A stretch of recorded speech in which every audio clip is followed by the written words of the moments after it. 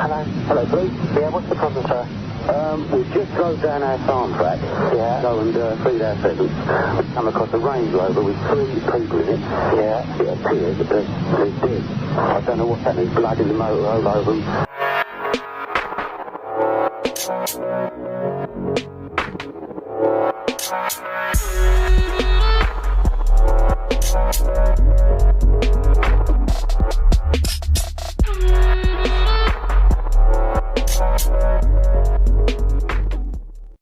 And welcome back to a new video on the Essex Boys case. As always, if you are enjoying the content, please do give the video a thumbs up.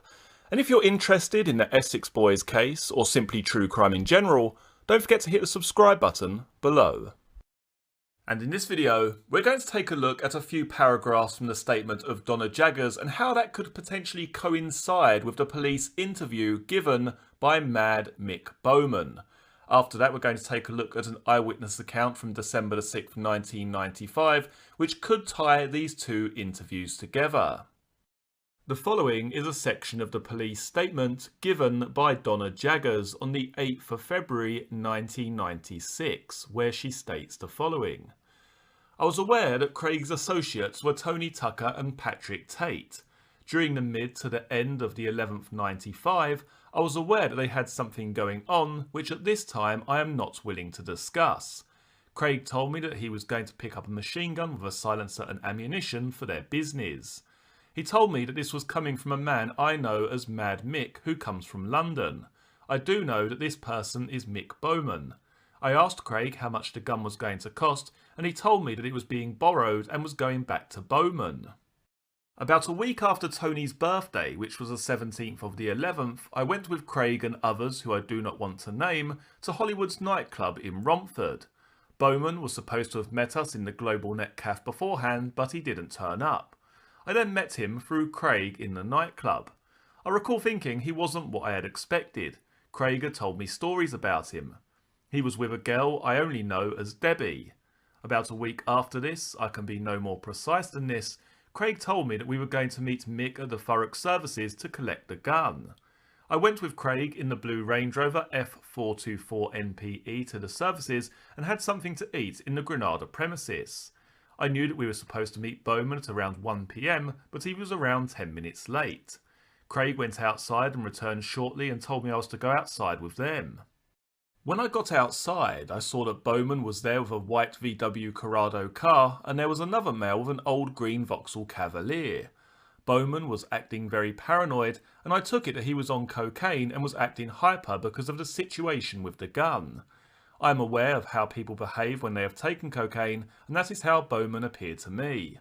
Bowman was trying to organise how they should drive off to a different location. Craig then suggested we should lead. The Cavalier should go in the middle, and then Bowman at the end. This only took a matter of minutes. Craig and I then got into the Range Rover and drove onto the A13 and travelled along to the Five Bells roundabout. We then came all the way round the Five Bells roundabout, and Craig pulled on to the Eastern Garage's parking area. The Cavalier parked behind us, and Bowman parked the Corrado behind that. We all got out, and I started to walk away to stay out of the way. I saw a blue/grey holdall come out of the boot of the Cavalier and go into the boot of the Range Rover. The driver of the Cavalier was a small man around 5'6" tall, early 20s or early 30s of thin build. He had short cropped hair and wore glasses. I did not hear him speak. I am unable to say who took the holdall out of the Cavalier, but I believe Craig would probably have put it in the Range Rover because he was impatient like that. Craig called me back to the car and I got into the front of the Range Rover. I recall Bowman got into the back of the car and told Craig that he wanted the Range Rover once Craig had finished with it. Bowman then got out of the car and Craig and I drove off and went to Patrick Tate's bungalow in Gordon Road, Basildon. Craig had told me that Tate had spoken with the garage proprietor at Eastern Garages, a man called Barry Dorman, and told him that he had to buy Bowman's Corrado. I was aware that Bowman was going to stay behind at the garage and speak to Dorman about this. I recall seeing the two men walking towards one another when I was in the Range Rover. When we arrived outside Pat's house, Pat and Tony Tucker were sitting in Anna Whitehead's, Tucker's girlfriend's, Suzuki Vitara. I cannot remember if Craig had spoken to them on his mobile phone prior to arriving at the house. Tony and Pat got out of the Vitara and Craig took the holdall and gun from the boot, and all three went into the house. Sarah Saunders was at this time moving her stuff out of the house with the help of two friends. I didn't want to get involved in what was potentially a difficult situation, so I stayed in the car. Craig was in the house for about 10 to 15 minutes and then returned to the car with the holdall and gun. He put the items back in the boot and then drove to 108 Mill Green, where the gun and holdall were put into the loft. On the way from Gordon Road, Craig was saying how pleased they were with it and how much damage it could cause. I did not see the gun at this time. A couple of days later, Craig picked me up from work and told me that Tony, Pat and him had tested the gun. He stated that it was tested over at Tony's fobbing address in the field. He told me that he had cleaned it all and then he had put it back in the loft. He told me that he had cleaned his fingerprints off the gun, as I was concerned about this. The next thing that happened was Craig, Tony and Pat were found shot dead. I had a lot of things on my mind, but I realised the machine gun was a problem, but I knew the police didn't know about the Mill Green address and I thought it would be safe to leave it here. Now, before we get into the points regarding Michael Bowman, I just want to draw your attention to just how detailed this statement is. And this is something that triggers a lot of people, I believe, when looking at these statements or listening to the statements of Donna Jaggers. It's just how detailed they are, particularly regarding the cars that people are driving. I mean, a white VW Corrado. I mean, maybe people can enlighten me in the comment section, but it's certainly not a Ford Fiesta. It's not a car you see driving down the road every day. Were they particularly common back in the early to mid 90s? And then it talks about the Suzuki Vitara. It talks about this guy. He's about 5'6". He's got glasses, short cropped hair. I mean, would the police have shown her pictures of Bowman's vehicles? I don't know. I mean, how does she know what these vehicles are? Was she a car enthusiast? I don't know. And then she talks about holdalls. You know, it's about 3 foot. It was blue grey. Very, very detailed. Very detailed. She must have an incredible memory to be able to recall, you know, all of these events in such detail. Now, one thing that I pick up in this statement is the mentioning that Bowman says to Craig that he wants the Range Rover once Craig is finished with it. And God, back when I started videos on this case, oh God, what was it, 2 or 3 years ago now, probably even longer actually. One of my first videos that I made was the Range Rover. I always wondered if they bought the Range Rover, if they purchased this Range Rover to get down a farm track. Was this all to do with this West Hanningfield drop, the fact that this cannabis had been found in a farmer's pond? Were they looking for a suitable vehicle that could drive down farm tracks to, you know, cross fields, that sort of stuff? A lot of people discredit that because of Tony Tucker's Porsche being crashed and how that then coincided with them getting the Range Rover. But I do find that a little bit odd, the fact that they're paying this Range Rover off on HP. What are they planning to do? Are they planning to come into some money, pay the vehicle off and then give it to Bowman? Is that what was going to happen? I don't know. It's just a little bit weird that Bowman says, can I have the Range Rover once you're finished with it? They've only literally just started paying off the bloody car. Then he just started paying off the Range Rover. I guess given the balance of probability, I would say that it's most likely that they did get the Range Rover simply because of Tucker's Porsche to replace that vehicle, a vehicle they could use, they could all get in, you know, could fit more than 3 people in it, that sort of stuff. But there's always been something in my mind that tells me, and I'm probably wrong when I say this, but there's always been something in my mind that tells me that the Range Rover was purchased for a specific purpose. So that it could go down farm tracks, it could go off-road, it could go across fields, it could be used for meats, drug drops, that sort of stuff. There's always been something that tells me that that's the reason they got it. As I say, I'm probably wrong when I say that. It's just something that does come into my mind quite frequently. And when I read there that Bowman says he wants the Range Rover after Craig's finished with it, it just gives me the impression they weren't going to be having that vehicle for very long. That they had it for a specific purpose. They were going to use it for something, they were going to use the gun for something. All of this tied together, and Bowman said he wants the vehicle when they're finished with it. Like, they're not going to have it for a particularly long time. I mean, is that because they're waiting for the Porsche to be fixed potentially? Is that what he means? Or is it because they actually had that Range Rover, as I say, for a specific purpose? Okay, so I've gone back through and had a look at some of the prevalent dates just to give you the information so you can make up your own mind regarding this. Now, what we have is Womes still nearly being caught with the dud cannabis, which happened to coincide with Tate crashing Tucker's Porsche. That was on or around the 8th of November that Tate crashes Tucker's Porsche. Then we have the cannabis haul in West Hanningfield being reported in the newspapers on the 3rd of November 1995, and then the Range Rover being purchased on the 14th of November 1995. So it could be that they've read this newspaper article, they've seen that someone's attempted to do this, they want some sort of strong 4x4 vehicle that they can get down lanes with, or it could simply coincide with the crashing of Tucker's Porsche. Now, interestingly, in Barry Dorman's statement, the person who actually sold them the Range Rover, he is fairly adamant that the reason that they purchased this Range Rover was because of Tucker's Porsche. He had the Porsche in there for some sort of repairs. They were looking around and they spotted the Range Rover. So it could be completely innocent, the reason that they actually purchased that vehicle, but it's just been something that's played on my mind, as I say, for, quite a few years when looking into this case. Now, moving on to Michael Bowman. Now, you'll remember from the statement given by Donna Jaggers that she describes Michael Bowman acting in quite a paranoid, quite a shifty, quite an anxious way when they were dealing with this submachine gun. Now, reading back through his statement and how that coincides with the statement given by Donna Jaggers, a few things have stuck out to me, noticeably what I've just said there about Bowman acting quite anxious, quite on edge. But then I went through his statement and it's where they start talking about how many times he'd actually been in the Range Rover. During his police interview, DC Bridge asks the following. Okay, Michael, so how many times have you actually been in that Range Rover? Well, I think that I've been in it once or twice. And where were you sitting in the Range Rover? Oh, can't remember. Have you ever driven it? No, I never drove it. Have you ever been in the front passenger seat? I think so, yeah. I might have been squeezed in the back as well. Okay, now when I read that, and I coincide that with Donna Jaggers' statement describing him acting quite paranoid, quite shifty, quite on edge, it almost gives me flashbacks of that statement from Raymond Alfred Wright, who describes seeing a Range Rover turning into the farm track.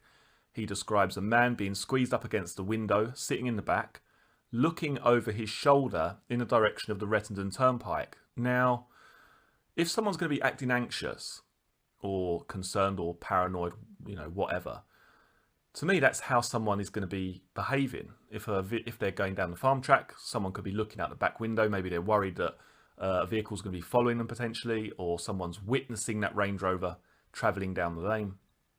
And then he mentions that he's been squeezed in the back.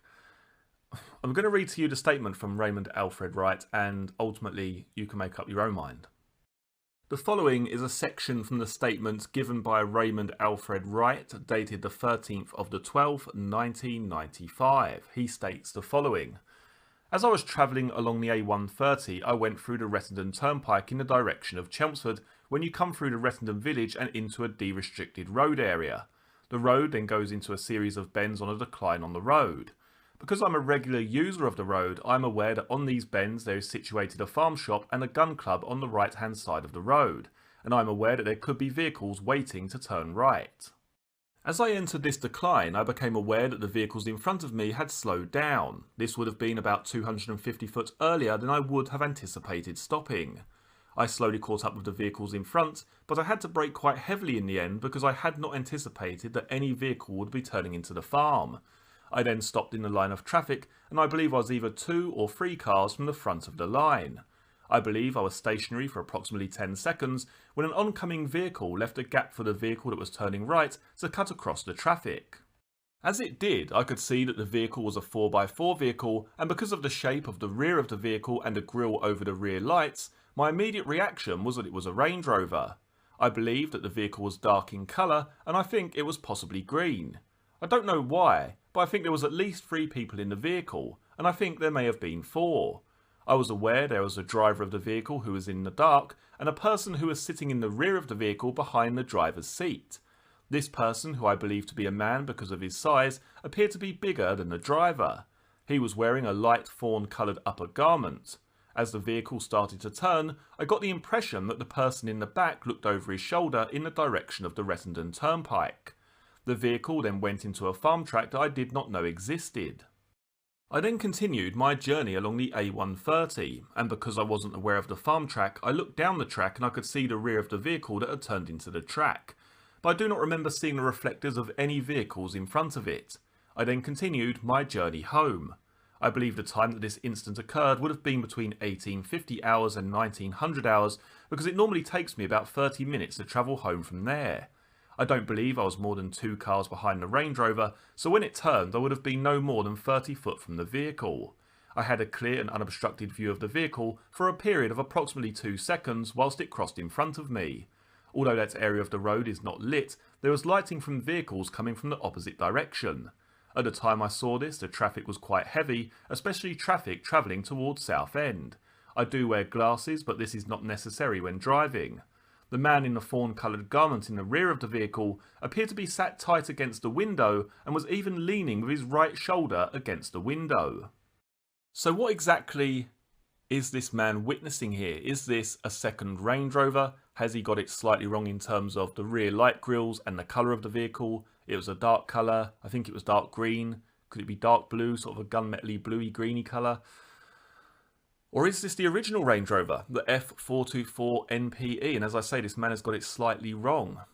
What I find quite interesting, what gives me a bit of a strange feeling about this sighting, is that we have this vehicle travelling down towards the lane, travelling down towards the end of Workhouse Lane, situated near a gun club. We have this man, Michael Bowman, who has sold them or lent them a machine gun, lent them a weapon just weeks ago. We also have the undisclosed phone call which was never heard in court between Michael Bowman and Tony Tucker. Now this phone call took place at 5:07 PM. So just 2 hours before they were killed, Michael Bowman is in contact with Tony Tucker. We also have the voicemail calls from Michael Bowman trying to get hold of Tony Tucker and Pat Tate on the night of December the 6th. What I also find quite intriguing about Donna Jaggers' statement is where she mentions that during the handover of that submachine gun at the Granada Services, Bowman was trying to get Craig to drive elsewhere. He was acting quite paranoid and trying to get him to drive somewhere else. Now, I've discussed this in some previous videos, but a lot of people say they must have been with someone they trust. There must have been someone with them that they wholeheartedly trust to get them down there unarmed that evening. And when I think about it, this is the only way I can see them ending up in such a precarious situation unarmed. And that would be to meet somewhere that they classed as safe, I would guess, somewhere kind of public. You know, they kind of trust this person. They've done a deal with them before. They kind of trust them.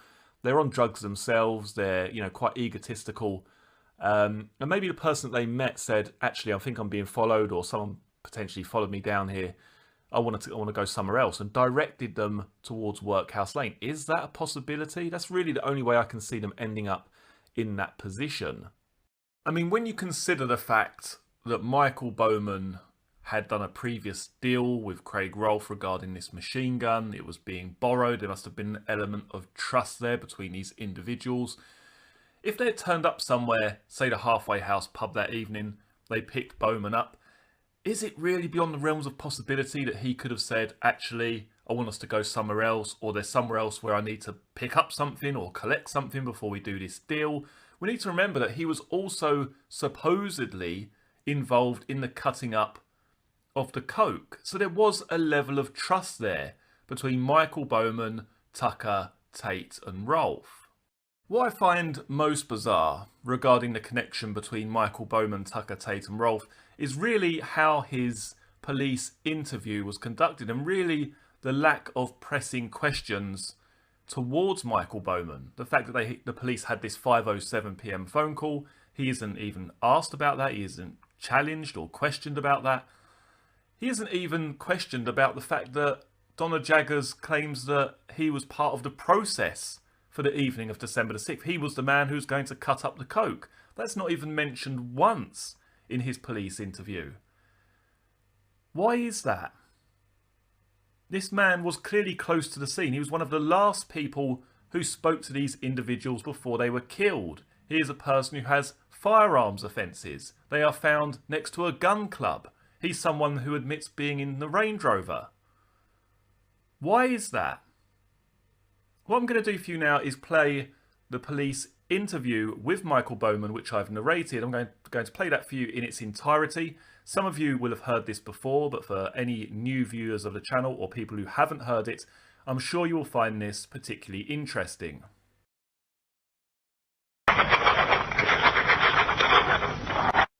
Hello, Tom. Give us a ring, mate. It's Mickey.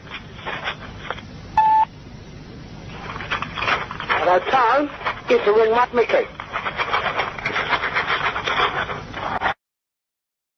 Hello, Pat. You in, mate? It's Mickey. Can you give me a ring, mate, on 0973 396 781. Cheers, mate. The following is a narration of transcripts from a police interview conducted on the 15th of the 2nd, 1996.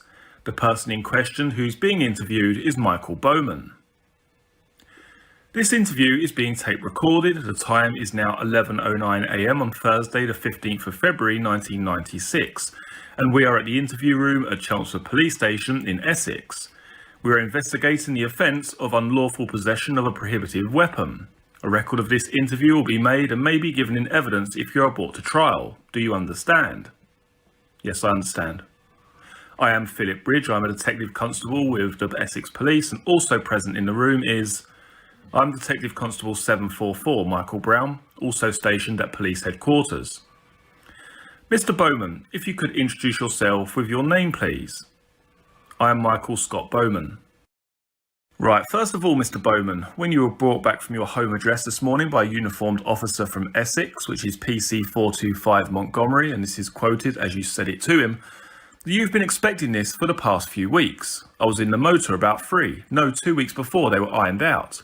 I went out for a drink with them. Now, I understand that you've had the opportunity to see that note in the officer's pocketbook and sign it, which you've refused to do. Is that correct? No, I've not seen the note at all. I haven't read them. Right, were you not offered that note? Well, he did offer me a note, yeah, but, I mean... Right, so you've obviously confirmed that you were given them to look at. Well, I didn't read them, no. But you either didn't or didn't want to sign them. No, I didn't. Would you care to be given the opportunity again to see that note? Not at this stage, no. I'm not prepared to sign anything or talk about or discuss that at the moment. I want to know why I'm here before we go any further. Right, okay. So if you let me know why I'm here, then I'll let you know if I want to sit here and talk to you and listen to it. Right. Well, Phil's already said, hasn't he, Mr. Bowman, what you've been arrested for. The other part that we just want to put to you before we get into the full nuts and bolts of why you're here is that when you actually arrived at Chelmsford Police Station, that you were seen by the custody sergeant, and he's got, well, I should say I've got a copy of your custody record here under reference 454 of 96. And I'm reading from it when it's got the suspect's volunteered comment on detention, and you have been recorded as saying, quote, "If this is about the Rettendon business, I was expecting a visit anyway. I was in the car about a week before. Would you like to confirm that as well?" Yeah, I would. I can confirm that. Fine, okay, that's lovely. It's only just to get what was said recorded down, then we can just check the accuracy with you, if that's okay. Going back to what you were asking us, right, and bringing it up to date on the Thursday, the 7th of December 1995, last year, the bodies of 3 men were found in a Range Rover, which has got an index number of F424 NPE, and this was found at Rettendon in Essex. And they'd been shot to death, and the identities of the deceased were later established as Craig Rolfe, Tony Tucker, and Patrick Tate. Now, the Essex Police launched a murder inquiry into their deaths, and during the course of the inquiry, it came to light that you knew the deceased. Yeah, that's right. I know of them. Yeah? Yeah. How do you know them? I know them from prison. I know Pat from prison, and I went and had a drink when he got released a little while ago. But I mean, I don't sort of associate with them. I know them. But I mean, it's not illegal to have friends, is it? No, certainly not, no. I mean, you know, if this is what I'm thinking it's about, like I said earlier, the reason why I thought that maybe I'd get a tug is because I was in the car about a week or so before it happened. I went to a club with them in Southend somewhere. Club Art, I think it was. Club Art? Yeah, something like that. I don't know. I had a couple of drinks at a couple of places with them.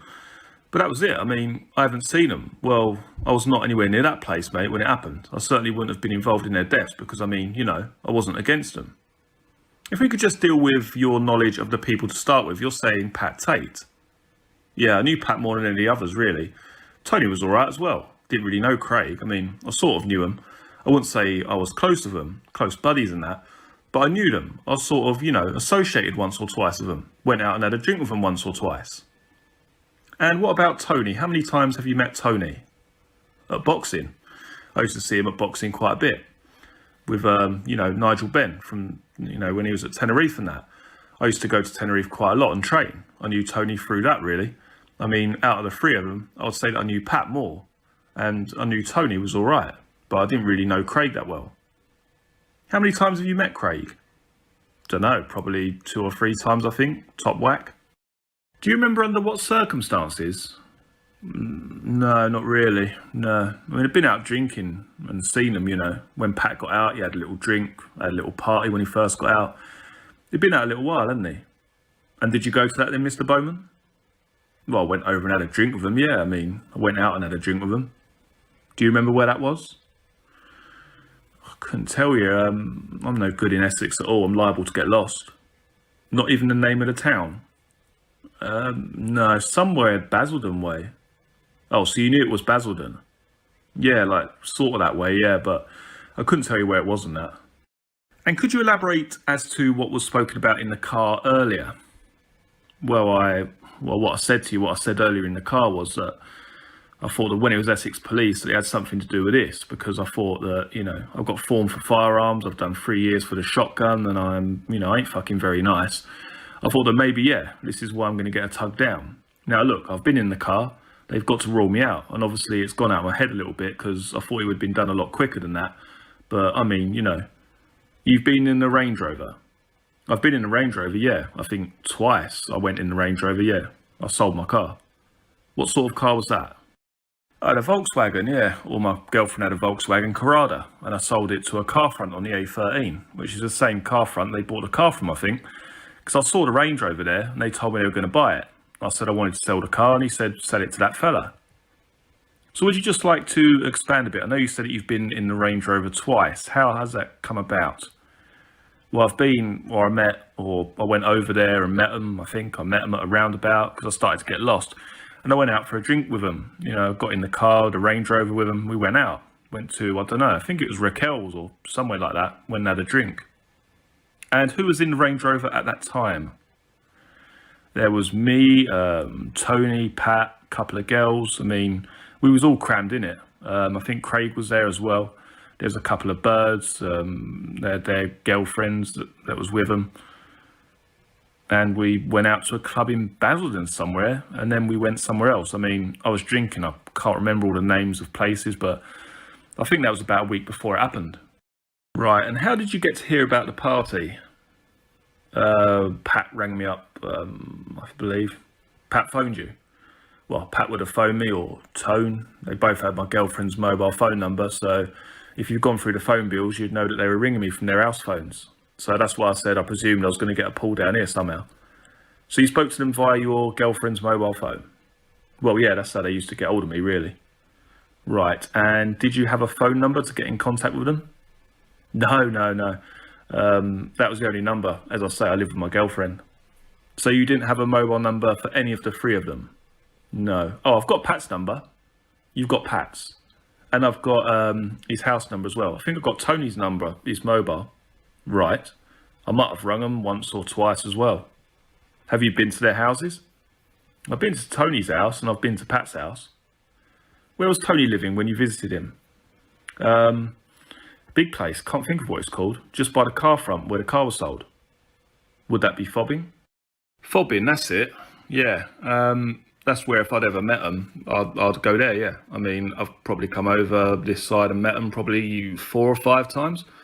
I've come over this end and Pat hasn't been out that long, I don't think, has he? He hasn't been out that long. But I mean, I sold my car because I wanted to get rid of the car. And then we had the stuff with Tony's. That was another time. He said to come over, go and see the fella at the car front and see if you can sell it to him. So did you arrange that on the day that you were going to try and sell the car? What were the arrangements with the people, when you were coming down to Essex then? Well, he just said, come over. He said he knows the fella. He said, just take the car there. And who was the conversation with? Tony. With Tony? Yeah, I mean, you know. And who did you deal with at the car sales? Oh, I can't remember the fella's name, I really can't. Was he a mate of Tony's then? They knew him, yeah. I mean, you know, I didn't really have a good deal or anything. I just wanted to get rid of it. For Deb, you know, we've got a little estate now with a dog. And how much did you get for the car? Oh, I can't remember now. I think it was probably about $7,000. And who's Deb? Deb's my girlfriend. That's your girlfriend, right? My girlfriend, yeah. Have you ever been out with Debbie and yourself and the others? Yeah, we went out with Tony on his birthday. This is the first time we ever went out together, Tony's birthday. Debbie was with me and the girls with us. We went out for something to eat. There's an old fella, Carlton, is it, I think? The security man or something? Do you remember where you went that evening? I can't remember now, the Globe or something. That's what I'm saying to you. I'm lost over here, I really am. Tell us, what birthday is this? This is, I don't know, late last year, I suppose. I don't know, a month or 2 months before this happened. And this was Tony's? Oh yeah, it's Tony's birthday, yeah.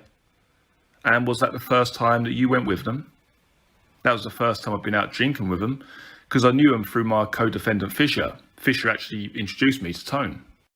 I'm sorry, I don't know anything about that.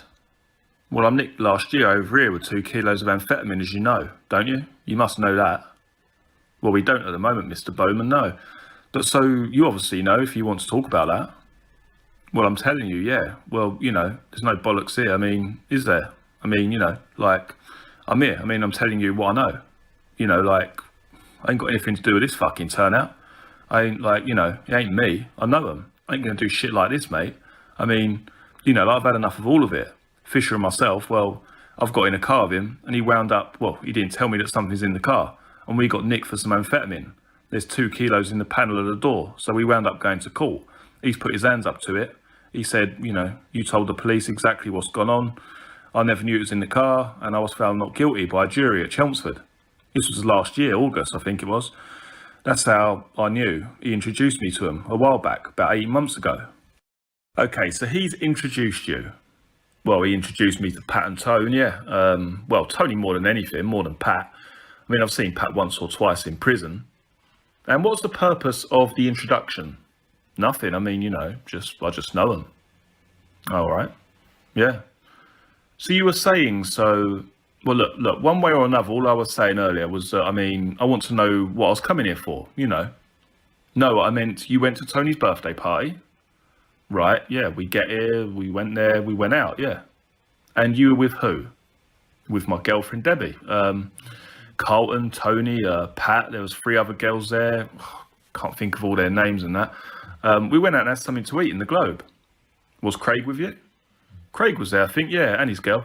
I can't think of, well, unless you know his date of birth, that's when it was. Okay, so you saw them then, how many times after at Tony's? Well, yeah, well, I think I crashed at Pat's house one night as well. We were drunk then. Me and Debbie, we had a drink, you know. I can't think of what night that was. Can you remember the address?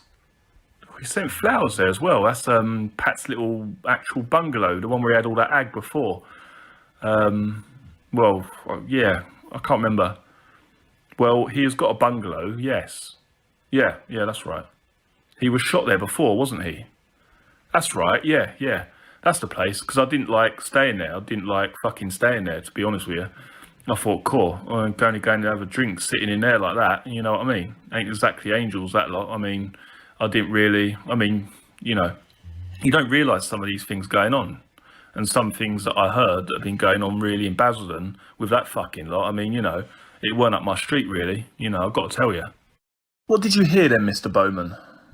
Well, I mean, you know, as I say, some of the things I've heard, I mean, I don't want to go into that, but they weren't good people. Nice people, really. I mean, what's happened to them, mate? It fucking frightened the life out of me. I don't want to know, mate.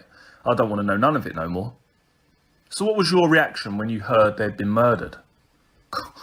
Shock, mate. Frightened the life out of me. Because he said he was going to give me a ring. He said, we'll go for a drink or something just before Christmas. Then all of a sudden, bang, he's gone. Heard it on the radio, I think. I thought, 3 fellas in a Range Rover? I was in that Range Rover and I thought, that ain't right. Frightened the life out of me. So you've been in the Range Rover. Well, that's what I thought. I thought, I've been in that car when I've been having a drink. I might have been fucking flopped on myself. Frightened the fucking life out of me. I mean, what do you do? So how many times have you actually been in that Range Rover? Well, I think I've been in it once or twice. And were you sitting in the Range Rover? I can't remember. Have you ever driven it? No, never drove it. Have you been in the front passenger seat? Well, I think so, yeah. I might have been squeezed into the back as well at some point. Just as a matter of formality, I'd appreciate if you could give us some help on this one. Patrick, Pat, Tony and Craig were murdered on the evening of the 6th of December, which was a Wednesday evening. I appreciate it was some time ago, but can you tell me where you were on that particular time? I'm not sure. Debbie will know.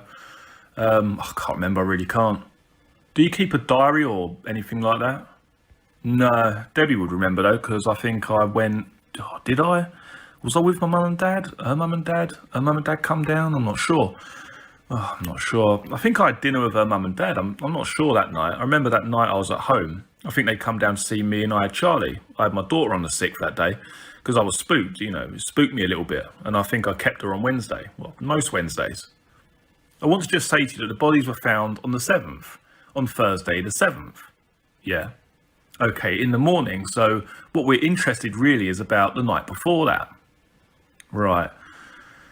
I really can't remember at this stage. I can remember the day, I think, when I think like me, my daughter, my baby come over. I collected her about 4. I can't remember that day. Well, obviously, if as you were saying that you were obviously spooked when you heard the news that day, that does not give you an inkling that you think, "Core, blimey, I've been with them that night. You know, I've been out with them," and like you give a bit of a clue as to what you were doing. Well, I wasn't out drinking the night before. No, that's not what I'm saying. But when you said you could have been out with them, well, what I'm saying is if I was in the car and I went out and actually had a drink with them, then I was in that car that they were assassinated in. It ain't hard to work out. It's frightening, isn't it, really? I mean, fuck me, I've got form and that, and I ain't no cunt, but I ain't, you know, like, I'm not going to be going out somewhere drinking and being roped into something like that with those lot because I know them. Well, can I just run over a couple of things about your own car that you were saying? At the moment, you're running what sort of car? We've got a little S. I can't drive. I'm on a ban. Oh, okay. Well, I'm on a ban at the moment. My girlfriend's got a little Escort estate we've bought, you know, because we've got a dog now, you see. And when did you get rid of your VW Corrada? Well, she'll know all the details, the dates and that, Debbie. My girlfriend, she'll know all the dates. If you want to get specific, I'll find out. But I think it was about a week or 2 weeks before this awful business happened. Okay, and when you sold the car, yeah, well, he gave me a check. Did he? Yeah. What, dated? Dated, yeah, he dated it and gave it to Debbie. It's written Debbie Ferguson's name, so that's about all confirmed. So how did you go about selling the car? Well, I said to Tone, does he know anyone for it? And he said, yeah, maybe, that he would buy it. So what did you do? Well, me and Debs, we'd drive it over there and he said he'd buy it and wrote out a check. It's lovely and we got something a bit cheaper. Because it's a bit too dear to run, plus I was on a ban, so... If you took the car over there, then how did you get back home? Oh, I can't remember. I think I got a lift, I think, and he gave me a lift back, one of them. Who's that? Oh, I can't remember, hold on. Yeah, I think I got a lift back. I think Tone dropped me back. In what car? It would have been a Porsche, 923 Porsche. Got a black Porsche. It's a black Porsche. Yeah, we used a Porsche. It was a while back. Can we move on a bit further now to basically for the reasons why you are here, shall we say? Right. We've obviously spoken to a lot of people, made a lot of inquiries, as you can imagine, in a murder, a triple murder. Right. And various things have come to light. And the one that comes to light that affects you is that you were requested to supply a firearm to the 3 of them. I was requested? Nah, that's wrong, no way. Who said this then? Bear with me. You were requested to supply an automatic pistol, silencer and ammunition. No, not me. No way. No way. And they were going to use it for their own purpose, which obviously was a unlawful purpose. Look, there's no way that I was involved in it. These people, you know, No way at all. As I've said to you, I've been over there a couple of times, had a couple of drinks with them, crashed at Pat's house once, landed me some clothes and bits and pieces. I ain't been doing no business with these people at all. Not on that side of things. I'm dead certain of that. I mean, I live in Kent. I ain't nowhere near this lot. You say you live in Kent, but it's Bromley, Kent you live, isn't it? Yeah. Which is not a million miles away from Basildon, is it? Yeah, but I mean, like, at the end of the day, what I'm trying to say to you is I don't do no business like this shit with these people. I don't do it. I mean, I may have gone out with them a couple of times, had a drink with them and that, but it's shocked the life out of me that this has happened. It's really livened me up, Governor, believe me. This has frightened the fucking life out of me. I certainly ain't involved in supplying firearms to them. I don't supply firearms to anyone. I don't fucking do it. I'm out of all that. Because I've got form for firearms and that, it's not nice to be roped into things like this. I mean, I've been nowhere near it. Nothing like that. If I can tell you that it's not because of any previous convictions that you've been arrested for this matter, it does go a little bit deeper than that. And that is that on the date between the middle of November and the date that they got murdered, it suggested that you actually supplied the firearms to Craig Rolfe. We also believe that you met him at a service station. No. No way. Have you ever been to the Granada motorway services at Thurrock? Off the M25? Yeah. And when did you go there? I can't remember. Well, it's important that you try and remember. I mean, I can't remember. I think I've met along them services, one of them services. I think it's the fobbing one though, when I've met them. I haven't met Craig, I met Tony. What we're putting to you is that you had a meeting with other people as well at those services, and there you had a firearm. I had a firearm that was intended for Rolfe, Tucker and Tate. It's intended for them as in to loan to them. No way. No. It's not like that at all. It's just like I said to you, I'm prepared to sit here without my solicitor and tell you exactly what I know. I don't know nothing about what they've been doing. I haven't been involved with them at all in that way. I know nothing like that. But I thought that maybe I was going to get pulled in, you know, for one reason or another because of my form. And I know I've been in the car. So I thought maybe that, yeah. Just go back to this one supplying of the firearm. The allegation is that you met them at the Thurrock services and you travelled to the Eastern garages, the Five Bells garages where you sold the car. Yeah. And there the firearm was transferred from a vehicle into the Range Rover. No way. No way. So why should statements be made that are? Well, I don't know. I don't know why. I don't know why they're trying to work me into this. I don't know.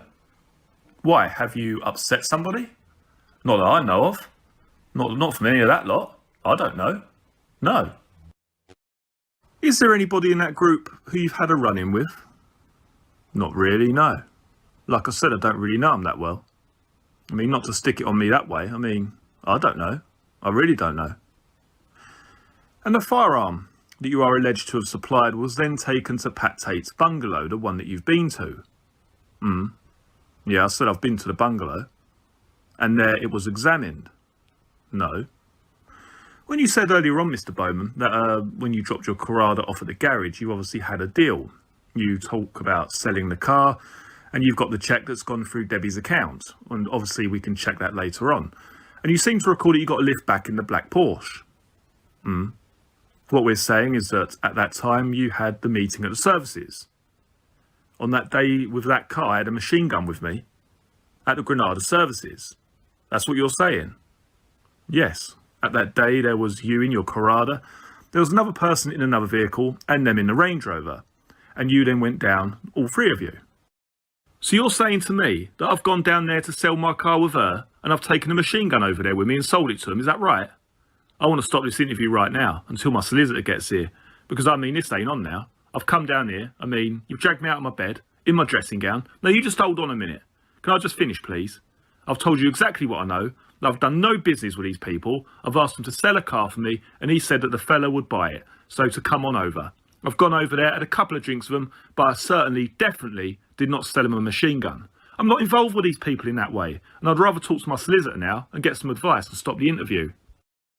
Okay, Mr. Bowman, as I said at the start, you are quite entitled and arrangements will be made. So the time now is 11:35. We're going to stop the interview so you can seek legal advice, okay? Thank you. Okay, but just before we do stop it, this isn't evidential, Mr. Bowman, but what I'd like to do is give you a copy of this form, which is the A405, which explains your notice of how to get hold of the tape. Okay, so I'm going to give that to you now and you can read that at your leisure. Okay, thanks. Okay, the interview is now being terminated. This interview is being tape recorded.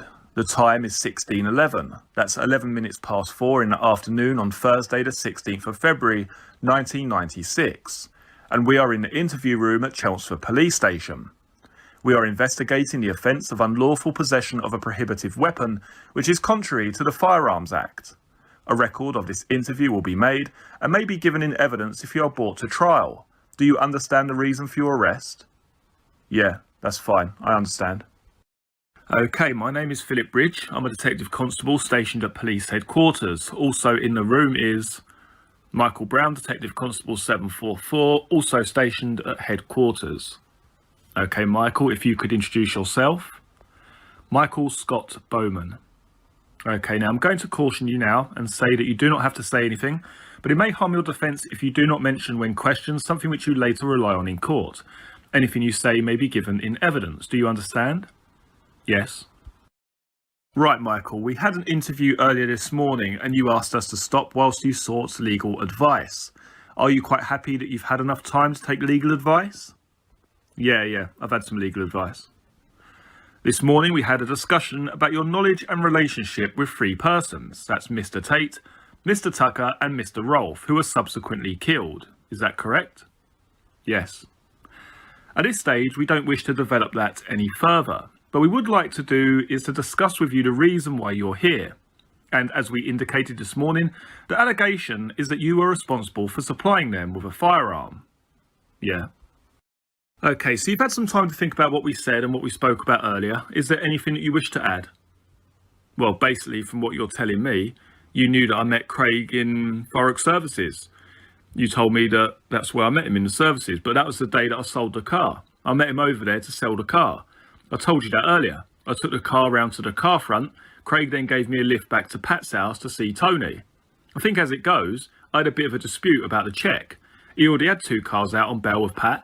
They bought a Merc and a Range Rover, if I remember rightly. So I've been seen over that way on that day, and it's because of that. I went round there, discussed it. I mean, there was a couple of people pulling up when I was there. They seemed quite busy there. But I mean, that's all I can tell you. Okay, if we can just break that down, because obviously, you know, you've spilled it out to us, and that's because it's all going through your mind. Well, what I'm trying to say is that this is the day that I sold the car. The reason that I was over there was because of that reason. I was selling the car. I got into the Range Rover at Fobbin. They took, he gave me a lift round to Pat's house, I think it was. And his girlfriend was in the car. Donna. Is it Donna? His girlfriend? Craig Rolfe's girlfriend? Yes, it is. She was crying on the telly. She was in the car. I went round to the house. There was another fella there. I can't think of his name. He gave me a lift back. He had like a creamy coloured car. I think it was a Fiat or something. He gave me a lift back. Okay, what I want to do is, as I say, is to try and break that down because we want to contradict me. No, honestly, it's to break it down a little bit so that we can understand it in small chunks. Because as I say, you know you were there and it's a case that you've got it straight in your mind. What we need to do is to get it straight in our minds and anybody else. So if you just bear with me a little bit and try and help me along. Okay. As far as you can recall, when was it that this took place? I really can't remember the date. I can't remember the date exactly, but I think I've been over there a couple of times. I've been to his house, well, probably about 3 times. Pat, I mean. But I mean, the day that I sold the car, I met Craig at Forex Services. Okay, right. If we just take the meeting at the Forex Services, right, you know what day that was because you're telling me that you've seen me there. But Mr. Bowman, I'm asking you as you know how it went down. I don't know what date it was though. Okay, so if we just deal with the Forex Services. Right, what car were you in? I was in the Corrada. Okay, were you on your own? Yeah. Was there any other person present? Craig and his girlfriend? What sort of time did you meet them? I really can't remember the time. I mean, this has gone on, it's over 3.5, 4 months ago now. I couldn't tell you the time. I know it was the daytime, it was daylight. Okay, was it morning or early morning? I think it was morning, not early morning, but I think it was 11ish. I can't remember though. You can't remember? Well, I can't, no. I can't be specific. I'm just trying to put you into some sort of time, whether it's morning, lunchtime, afternoon, evening. I think it was sort of about dinner time. About dinner time, yeah. And you travelled from where? From Kent? From your home address, Michael? Yeah, in the Corrada. To take it to the fella, but I wasn't sure where it was. So you met Craig? Craig? Because he runs about for them, doesn't he? Yeah? Okay, how did you arrange to meet Craig? Well, Tony said, I think, to be there at a specific time. And Craig would be there. He gave me Craig's number, I think, and I rung it. Was that a landline or a mobile number? I think it would have been a mobile. Right, so you turn up there. Did you know what vehicle to be looking for? The Range Rover. Okay, then correct me if I'm wrong. You told us earlier that you were in that Range Rover. Prior to that date? Yeah. Were Craig and his girlfriend waiting in the Range Rover? No, I think they was in the service station itself, but I got out and walked over and they come walking out. He seen me, then I followed them to Fobbin. Okay, was there anybody else present at the time? No. Any other vehicles? No. Did you consider about if you were going to sell the car that you may need a lift back? Yeah, I did, yeah. But they said they'd get me back there. They had a friend of theirs over there that way. So there's yourself in the Corrada. Then there's Rolfe and his girlfriend in the Range Rover. Yeah. You meet them about lunchtime. And where do you travel to? To Fobbin, the car front. Right, is that near the Five Bells pub? You know, the one on the side. Okay. Would that be the Eastern Garages? I'm not really sure the name of the garage. I really can't remember. Is it the garage? It's like a little car front by the roundabout. On the opposite side. Okay, so you travel there, and who leads the way? Craig led the way. What sort of speed were you doing? Well, I don't know. Was it a fast drive down there or a slow drive or... Well, I really don't know. I didn't tear down there. No? One last drive in the Corrada? No, it wasn't anything like that. You know, I got the car there. I don't know what time it was. He didn't give me the check straight away. Right, and if we just slow down there, Michael, so you're travelling in convoy? Yeah. Okay, and it goes to the Eastern Garages? Yeah. Where did the car stop? Where did you park? I parked it right up in the little road. There's like a little road, bit right by where his cars are. I parked it in there. And where was the vehicle? In front of or behind the Range Rover? I can't remember. I was behind him, obviously. I was following him.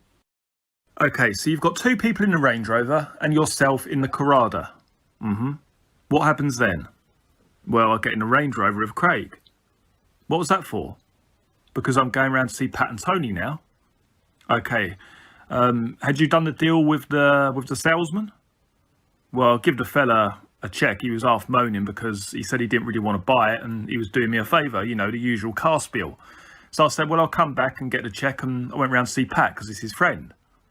What were the rough circumstances of the deal at the garage then, Michael? Just go through that. Well, I don't think the fella wanted to part with the cash, to be honest. I mean, I don't think he wanted to buy any more cars, to be honest with you. That's what I thought at the time anyway, but, you know, we did the deal and then I went round to Pat's. So did you negotiate it with him? That's the whole point that we're getting to.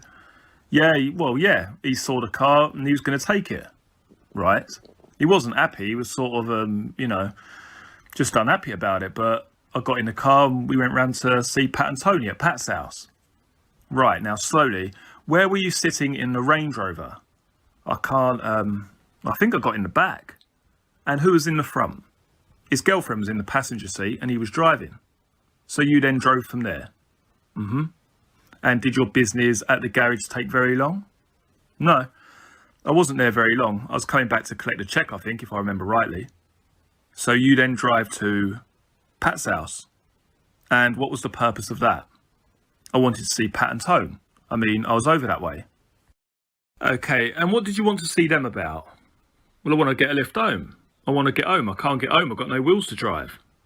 Okay, and I've got to collect the check as well. You know, I want to get home. One of them's got to give me a lift. It ain't illegal to have friends and go and associate with people, is it? No one's saying it is. But what I'm trying to do is to try and work out as you're telling me. Well, it ain't hard to work that out, is it?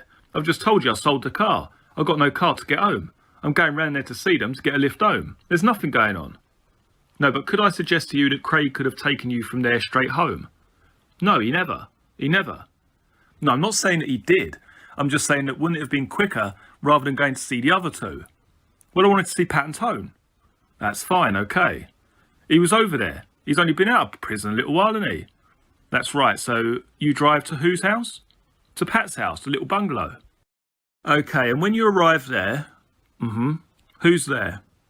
The black Merc was there. One of their mates pulled up, had a creamy coloured saloon car. I don't know what it was. Might have been a Saab, I think. Saab 9000, something like that. One of them sort of cars anyway. I got out, went in there to see him. Did you know him? No, the other fella. No, I can't remember. I think his name was Tommy or something. Tom or something like that. Little fella. Went in the house. I said, he's half-hooting about this cheque, Pat. Pat said, don't worry, I'll give him a call. Because I said to Pat, this fella's half moaning about not buying the car. He's rung him up, had a chat with him. And then he said he'd go round and collect it on the way. The other fella will give you a lift home. I think it's Tommy, his name. Got a Saab or a Fiat, creamy coloured Fiat. I come out and got in the car with him. And what's he look like then, Michael? Oh, only short, little fella, yeah. Age? Well, about 28. Young fella, I think one of their runabouts again. So who's in the bungalow when you arrive? Well, the Merc was there. I think Tony was there as well, because he had, there was another couple of guys. There was Tony and his old woman was taking their stuff out of the house. Patrick's old woman was leaving the house. She had loads of bags. She was taking all her stuff from the loft. Pat was lobbing her out. That's when I started to see their true colours, really. He was taking her stuff out of the house, all her clothes. I think it might have been her dad or her mum was there as well. So she was in the process of moving out. She's taking her stuff out, yeah. You know what it's like when you've got all that sort of stuff going on. I mean, I was only there probably 5 or 10 minutes, top whack. I come out of there with a little guy. He gave me a lift down to the garage to collect the cheque, then back home to Kent. So you collected the cheque from the garage at Fobbing. And then he dropped me back through. I went back through the Dartford Tunnel and got me home. That was Tommy. Yeah. All the way home? All the way. Now, you've had time to think about it, Michael. Can you remember the guy's name that you dealt with at the garage? Well, I know it's the governor of the car front. I seem to remember Tony saying that they took the Merc and the Range Rover off them. And I think they owed them money for the cars. So when I've gone over there to sell the Corrada, he was a little bit funny about the money. You know, but then Pat's rung up and it was all sorted out. Okay now, Mr. Bowman. Now, what I'm saying to you is that your account ties up around 95%, which is almost all of the account that we have. But there are some main areas where I'm suggesting to you that you haven't been totally truthful. Oh, well, I gathered it was going to be that way. No, but in all fairness to you, all I wanted to do was put some of those areas to you that we consider that you are either mistaken or possibly forgotten about, or that possibly that you don't want to tell us about for whatever reason. That's fair, isn't it? Well, I'm all ears. Okay, so when you arrived, and only you will know whether I'm telling the truth or not. Okay, when you arrived at Thurrock Services, it was to meet Mr. Rolfe and his girlfriend. Yeah, in the Range Rover. What I'm putting to you is that there was another person travelling with you in another vehicle. What do you mean? That you know there's another person in the car with me? No, in another car, another vehicle. So there's 3 cars there. There were 3 cars, hear me out. There was the Range Rover, yeah. There was your white Corrada, and there was another vehicle, right? And what I'm suggesting to you is that other vehicle was a Vauxhall Cavalier. No, you're mistaken, mate, you're wrong. I've just told you what's gone on, right? That's all I can tell you. Well, we've got to put what we've got to you. I know what you've got to say. Look, listen. Okay? As I say, these are the areas that we are not really touching on at the moment. And it's only right that I put them to you. Well, you've got to go through it. Right, there is a Vauxhall Cavalier. With you. No way. Okay, and that in the Vauxhall Cavalier was a holdall. Right, and that holdall contained a firearm. Right. And the reason that Vauxhall Cavalier contained the firearm was because you were going to the meet and didn't want to run the risk of being stopped with a firearm on board. No, you're mistaken completely. This is completely wrong. at the Thurrock services. You met Rolfe, and what you say is correct. You then travelled in convoy with Rolfe driving the Range Rover in the lead, the Cavalier in the second position, and you at the back in your white Corrada. And you travelled, as you quite rightly say, to the eastern garages, to the Five Bells roundabout garage. What I'm also putting to you is that when you arrived at the garage, you parked, as you said, in that access road, right? In the order that you travelled there in convoy, you then removed a holdall from the Cavalier and placed it into the back of the Range Rover. What do you say to that? It's wrong. But what I'd like to do is show you the holdall, so there's obviously no mistake about it, Michael, what we're talking about. What you're saying is, I carried a holdall. I'm asking you, I'm not telling you, I'm asking you what you did, and what you did there. Well, you're telling me, aren't you, that I'm 5% wrong in what I've already told you, 95% of it's the truth. What I'm saying is, you're telling me that you've seen me with a bag. No, I'm not saying that at all. I'm trying to give you the opportunity to tell me. You don't have to give me no opportunities. I've told you exactly what's gone on here. Okay. Right, hold on a second, Michael. Just have a look at this bag. That's the bag that we're saying that you had. A black and green bag. Well, look, I think that because you can obviously see the one that I'm referring to for the tape, it's exhibit GF/6, which is a holdall bag. Now, this bag has been obviously treated for fingerprints. Oh, right, yeah. Which accounts for part of the discoloration on the bag. As far as we can see, that is. I'll get out the bag, but it is a bit messy. Right. Okay, Michael, have you seen that bag before? Well, it's a sports bag, isn't it? I've seen loads of bags. Can't say I've seen that one. Well, no, that's why I'm asking you, Michael. Have you seen that bag before? Well, I can't say I've seen that bag before, no. No. So you haven't, right, okay. Because that's the bag that we're talking about, that we believe that the gun, the machine pistol, whatever you want to call it, that we'll show you a photograph of in a moment, that was in this bag. Look, I can't tell you nothing about the bag. Right, well, what we're putting to you, there's loads of sports bags about. They're everywhere. Fair enough, but what we're putting to you, I go to the gym 3-4 times a week. I've got about 4 different sports bags that I take to the gym. But we're not saying that, Michael. What we're saying, but I'm just saying, I know what you're saying. We're referring specifically to that. I can't say that I've seen that bag before. No. Right, okay, Michael. What we're putting to you is that this was the bag that was in the back of the Vauxhall Cavalier. In the back of the Vauxhall Cavalier. Right, okay. Yeah, so you understand that, Michael, don't you? I understand what you're saying, yeah, that's fine. Okay, so you're saying that you've never seen that bag before? No, I can't recall seeing the bag there. Okay, now what I'm going to show you now is a picture of the pistol. So obviously the tape can't see this, so I'm now showing you a picture of what we are referring to as the machine pistol. What, you're saying I supplied them with that? Hang on, just let me finish, please. This consists of the main basic body of the weapon, the moderator as they call it, or the silencer. It has a magazine clip here with a cartridge in it or a shell in it, and a quantity of shells around the bottom. I mean, obviously, if you wish to know the exact quantities here, I can tell you. But so that's the photograph. So that is the bag that we're saying contains that weapon that you have supplied to them on that date at the garage. No way. Have you ever seen this weapon before? I've never seen that before, no. It's amazing I've supplied that to 3 people who've been assassinated. Have I? Is that what you're saying? Yes. Basically, I've supplied that to 3 people who've been assassinated. That's right. Okay. And as I say, Michael, we believe that that weapon arrived in the Vauxhall Cavalier, and that was with yourself and a person who was acting as the gopher. Right. That was then taken, as I say, to the eastern garage. Well, what colour was the Cavalier? What colour are you saying this Cavalier is? Why, is that some problem? Well, no. I said to you earlier there was a car outside the house when I pulled up. The fella gave me a lift home. It was a creamy coloured sort of Fiat or Saab.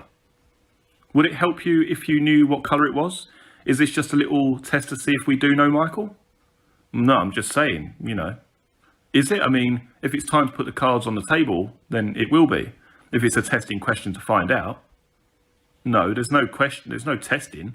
There's no testing the questions at all in this interview. Right, Michael. The one that was there wasn't a creamy colour. The one that we're suggesting travelled in convoy. Well, no, I don't know what Cavalier you're talking about then. Okay, when you got to the garage, what we're putting to you is that you got into the Range Rover, as you told us. But also put into the Range Rover was that bag, together with that weapon and ammunition that you've seen in the photograph. Well, I did not see that, because I went in to see the geezer about the car. I don't know what you're talking about, I really don't. I got out, I went to see the fella about the car. He had a little look at the motor, that's all I can tell you. I did not see no bag going in the Range Rover. I did not see no Cavalier. So, no, I can't help you. I really can't. I really can't help you. Okay, Michael, now, why do you think, or perhaps you do know or don't know, why do you think that someone should implicate you with this illegal firearm? What, you mean, what's my opinion of why they put it on me? I really don't know. Well, it's quite a serious thing though, isn't it? Well, I mean, yeah, but for all I know, you might just be saying this, you might not have any information at all. Then again, you might have, but what I'm trying to say to you is, I'm not responsible. Right, Michael. For supplying that firearm to those 3 people who are now dead. Fine, okay, right, Michael. Let me just say that we have a statement from a person who isn't a police officer. Right. Containing the information that we have given to you. But I can't understand why they'd say that. Look, just let me finish. I'm answering your question now to obviously allay your suspicion. That we're either trying to trick you or it's a police ploy that we're actually in possession of that statement. That doesn't make me feel like that this is the truth, that person is obviously lying. So they're lying about the meeting at the Forest Services as well? Well, I'm not. No, because I haven't denied that. I've told you that I met them there. Yeah, I can't understand why they're saying I actually give them that thing. I never give them that. Certainly, Michael, because as far as this offence goes, that's fairly innocuous, isn't it? You know, like the circumstances of the meeting in relation to handing over that weapon. Well, I don't know now exactly what's going on. As far as I'm concerned, really, my solicitor's here. I've asked him to be here. I really can't help you no more. I've told you everything I possibly can about what I've remembered. I most certainly didn't supply them with a machine gun, even though there's a machine gun that you've just showed me. And one way or another, I don't really want to answer any more questions because I feel like I've explained everything I can up to this point. And, in all honesty, we're going around in circles now. No, we're not going around in circles. Well, I mean, you're basically calling me a liar. You're saying that someone's written a statement against me. No, Michael, what we're saying to you, and I don't really want to answer any more questions, to be honest. Look, Michael, we have a duty to investigate this offence, and we just want you to tell the truth. I've told you everything. Well, I've told you everything. I can't tell you no more. I can't tell you anymore. What I've told you is what I know went on. I did not supply them with a machine gun. I went over there, sold my car, and I came home. That's it. I'm not going to answer any more questions at this stage. Is that all right? Can I do that? That's fine. My client has requested to answer no further questions. He is quite within his right to do so. Okay, Michael, that's fine. No one's trying to make you say anything you don't want to say. But as we've pointed out to you, we obviously have information. This ain't got nothing to do with my previous convictions at all, has it? It hasn't entered into your head for one moment that I've got firearms on my form, then coming round my way this morning, dragging me out of bed in my underpants and things like that because of my previous convictions.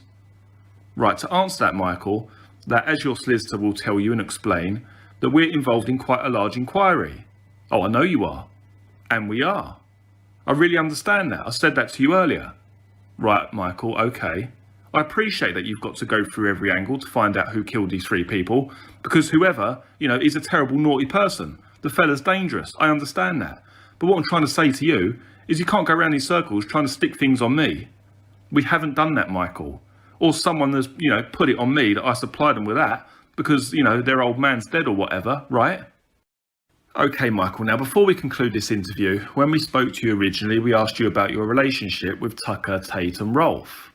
Yeah, well, I'm not going to answer no more questions at this stage, okay? But you can listen. When you originally told us, you said you were trying to distance yourself. I believe you said it wasn't a very deep relationship. It was just that you met them a few times.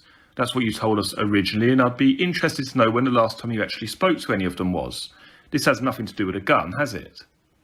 All right, look, that's what I'm trying to say to you. I've answered the questions about myself. I don't really want to start asking or answering any more questions about anyone else.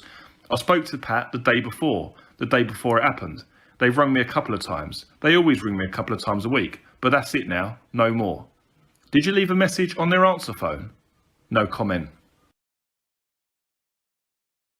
If you would like to learn more about the Range Rover murders as told in court, then please click on the video in front of you now. You'll also see the Essex Boys playlist, which has an array of separate videos regarding this case in one convenient folder. Many thanks for joining me for this video. I look forward to seeing you all again for the next one. Take care. Cheers.